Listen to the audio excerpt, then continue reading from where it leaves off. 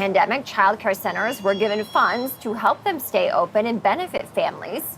But those funds are expiring at the end of this month, and it could force nearly 70,000 childcare programs to close, according to the Century Foundation.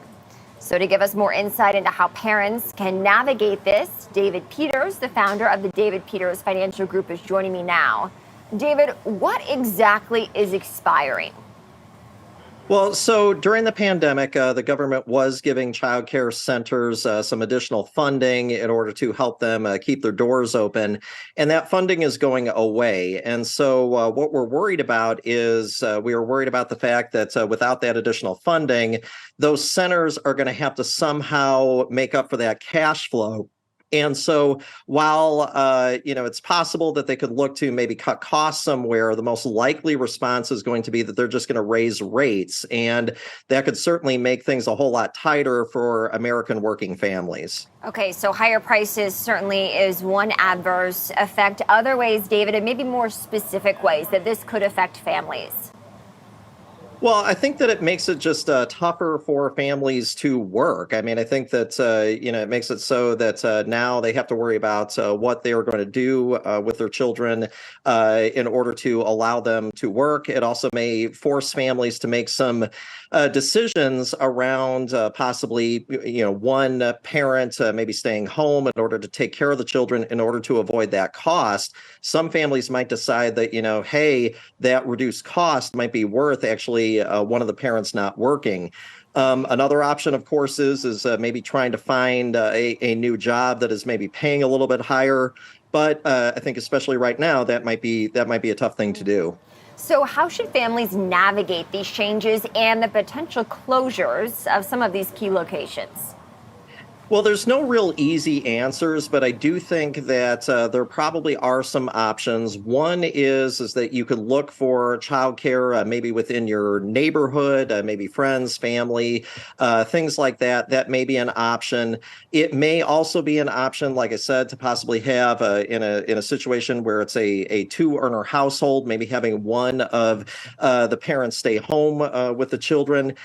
Maybe what you could do is you could also maybe share the cost around people that are in the neighborhood, because a lot of families are probably going to be going through the same thing where they're going to be struggling with how exactly to manage this additional cost. And so maybe one thing that may be possible is to maybe rotate the child care responsibility among the families that are dealing with this. Are there any tax incentives that parents can look into?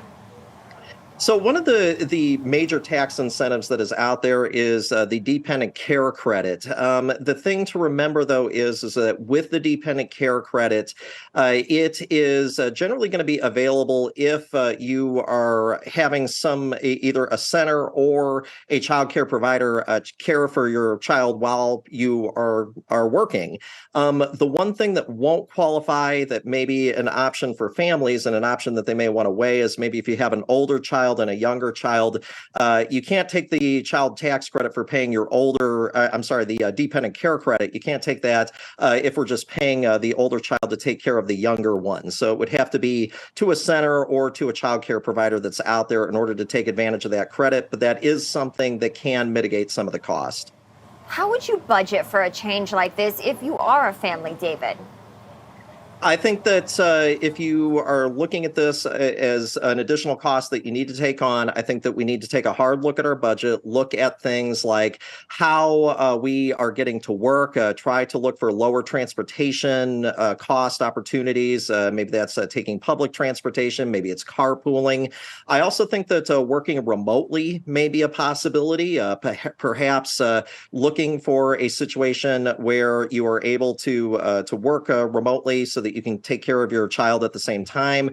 I also think, too, that employers may have an opportunity here as well, because you have a lot of parents that are working and they want to work. And so, if an employer can offer childcare opportunities, that may be something to look into as well.